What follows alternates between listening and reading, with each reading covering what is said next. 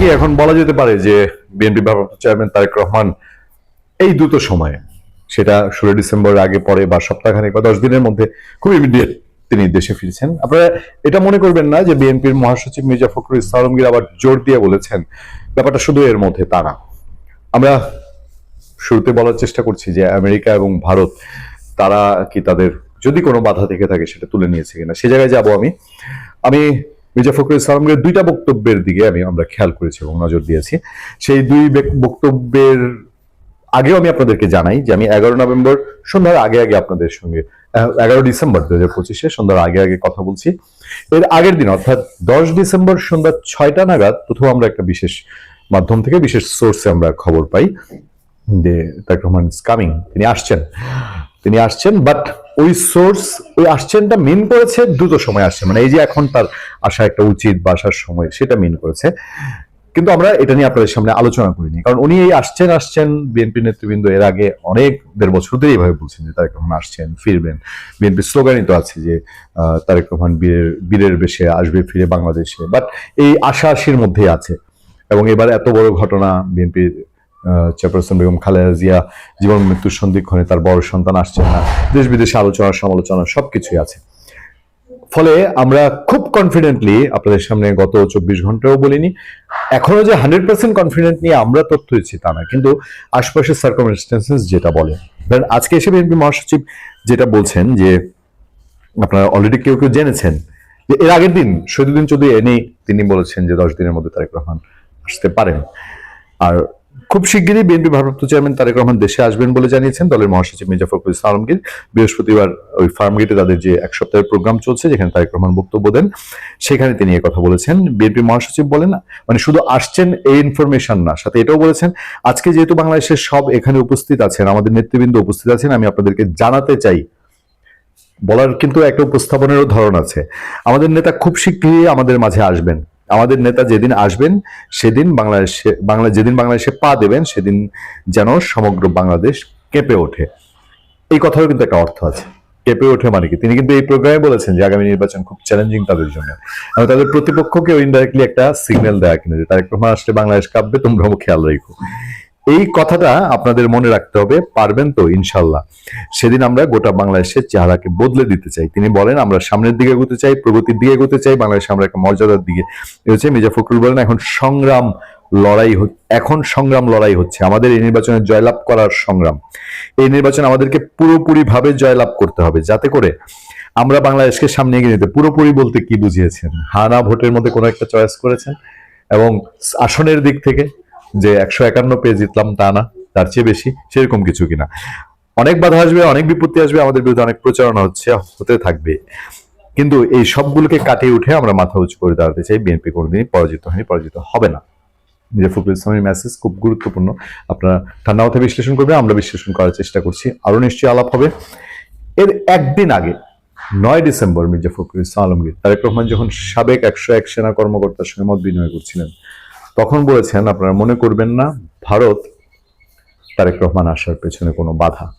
মির্জা ফখরুল ইসলাম কিন্তু নিজের থেকে এই কথাও বলেছেন। এবার আসেন সে আলোচনায়।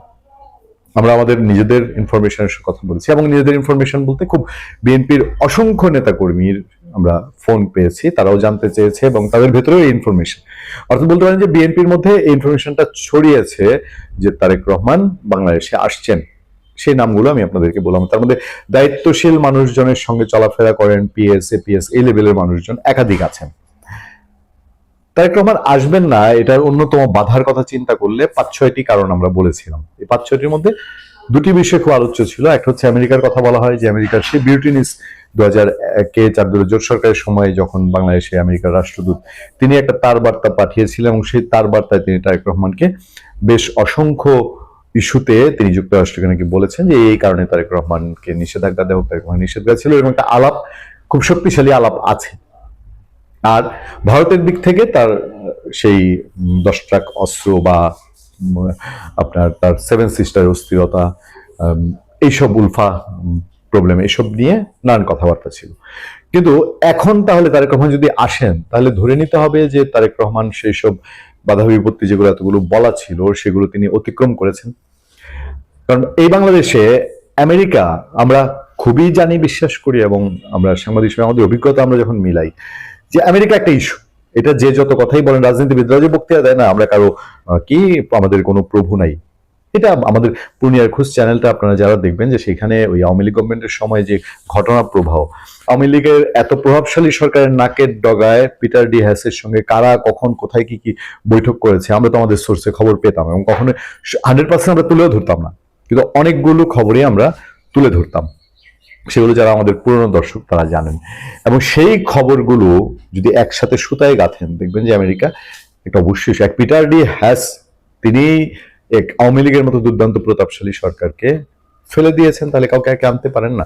এবং সাথে অবশ্যই ভারত একটা ফ্যাক্টর, এবং আমেরিকা এবং ভারত যৌথভাবে যেটা করতে চায় সেটা তারা ইন্টারন্যাশনাল পলিসি, তারা তারা ঘোষণা দিয়ে দিয়ে বিভিন্ন দেশের ক্ষমতা চেঞ্জ করে ফেলে, ঘোষণা ছাড়া কি করে না। তো সেই ক্ষেত্রে আমরা জানতে চাচ্ছি বা আমরা বলছি যে তারেক রহমান আসছেন, এবং বিএনপি মহাসচিব এবার যেটা বলছেন, কারণ এর আগের ঘোষণাগুলো সালাউদ্দিন আহমেদের আগে বলেছিলেন, কিন্তু তারপরে খুব দ্রুততম সময়ে সেটা বাস্তবায়ন হয়নি। কিন্তু এখন বিএনপির মহাসচিব যেভাবে বলেছেন, ধরেন এটা যদি স্লিপ করে তাহলে কিন্তু এটার মূল্য অনেক আছে। ধরেন তারেক রহমান আসলেন না, আগের ঘোষণাগুলোর মতো আসলেন না, তাহলে কিন্তু এটার বেশ রাজনৈতিক মূল্য আছে, এবং বিএনপি কর্মীদের মনোবলের দিক থেকে এটা খুব বড় রকম একটা ফ্যাক্টর হতে পারে। ফলে বিএনপি মহাসচিবের বলার ঢং এবং তার এই ঘোষণা, সেটা ফেলনার নয়। আমরা এই সার্বিক সবকিছু মিলিয়ে আমরা বলছি যে আদতে এখন বোধহয় তারেক রহমান দেশে আসার মতন বিএনপি একটা সিগন্যাল পেয়েছে। তারেক রহমানও তার যদি কিছু বাধা থেকে থাকে, যেটা তিনি বলেছিলেন যে এমন কিছু স্পর্শকাতর বিষয় যেটা ওপেনলি বলা যাবে না, সেই স্পর্শকাতর ইস্যুগুলো তারা নিশ্চয়ই ইন্টারনালি সলভ করেছেন বা এখনো করার লক্ষণ দেখতে পাচ্ছেন। ফলে যে আলোচনাটা চারদিকে, যে কোনো মুহূর্তে তিনি, এবং সামনে বিজয় দিবস আছে, বিজয় দিবস এবার অনড়ম্বরপূর্ণ বিজয় দিবস, বাট বিএনপি সেটাকে কোনোভাবে, তারা যেহেতু এখন আবার নতুন করে মুক্তিযুদ্ধের বিষয়গুলোকে শক্তিশালীভাবে তারেক রহমান সহ উপস্থাপন করছে, সেটা ধরে আগে পিছিয়ে একটা এই ধরনের একটা সারপ্রাইজিং বিষয় বিএনপি নেতাকর্মী। ভারত আমেরিকার বাধা কাটিয়ে দেশে আসতে চলেছেন তারেক রহমান। এই দায়িত্ব নিয়ে কোনো ইনফরমেশন আপনাদেরকে দিচ্ছি না যে আমরা বলছি তারেক রহমান আসছি, অন্তত আমরা যে হিসাবগুলো মেলানোর চেষ্টা করছি সেগুলো আপনারা একটু মিলিয়ে দেখার চেষ্টা করবেন। ভালো থাকবেন, সুস্থ থাকবেন। আপনাদের সাথে আমি আতিক রহমান, পূর্ণিয়া।